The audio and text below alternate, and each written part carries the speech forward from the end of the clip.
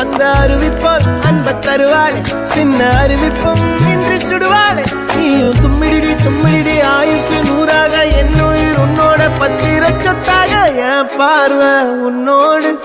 உன் பொம்மை கண்ணோடு பேசாமல் விண்ணோடு நாம் மிதந்து போவோம் காதாரா அடியால்